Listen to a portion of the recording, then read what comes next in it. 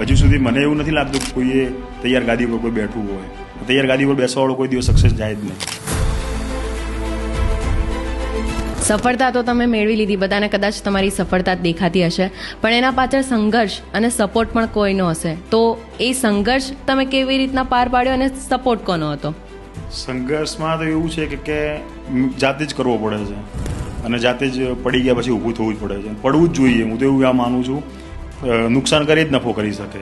હજુ સુધી મને એવું નથી લાગતું કે કોઈએ તૈયાર ગાદી પર કોઈ બેઠવું હોય. તૈયાર ગાદી પર બેસવાવાળો કોઈ દિવસ સક્સેસ જાય જ નહીં. સપોર્ટમાં તમારા સારો સમય આવે ને ત્યારે સપોર્ટેબલ તમારા હોય છે, પણ જ્યારે સંઘર્ષમાં તમને સપોર્ટ કરવામાં શક્તિમાં તમારી એક મધર જ હોય છે, જેના આશીર્વાદ જ તમારી સાથે હોય છે. મારા મામાનો મને બહુ સપોર્ટ મળ્યો, કે જે ઓલરેડી ભુવાજી પણ છે. એમના આશીર્વાદથી જેટલા બી મારા રસ્તાના સંઘર્ષો હતા એમાંથી મને એક સફળતાઓ મળે ગઈ, હજી પણ મળે છે. તમે જે સ્ટેજ પર પહોંચો છો ને ત્યાં તમારા દુશ્મનો પણ એટલા જ હોય છે અને તમારા જ તમને પાડવા માટે હોય છે. તમે કોઈ પણ સ્ટેજ પર પહોંચો તો યાદ રાખવાનું તમારા દુશ્મનો હશે જ.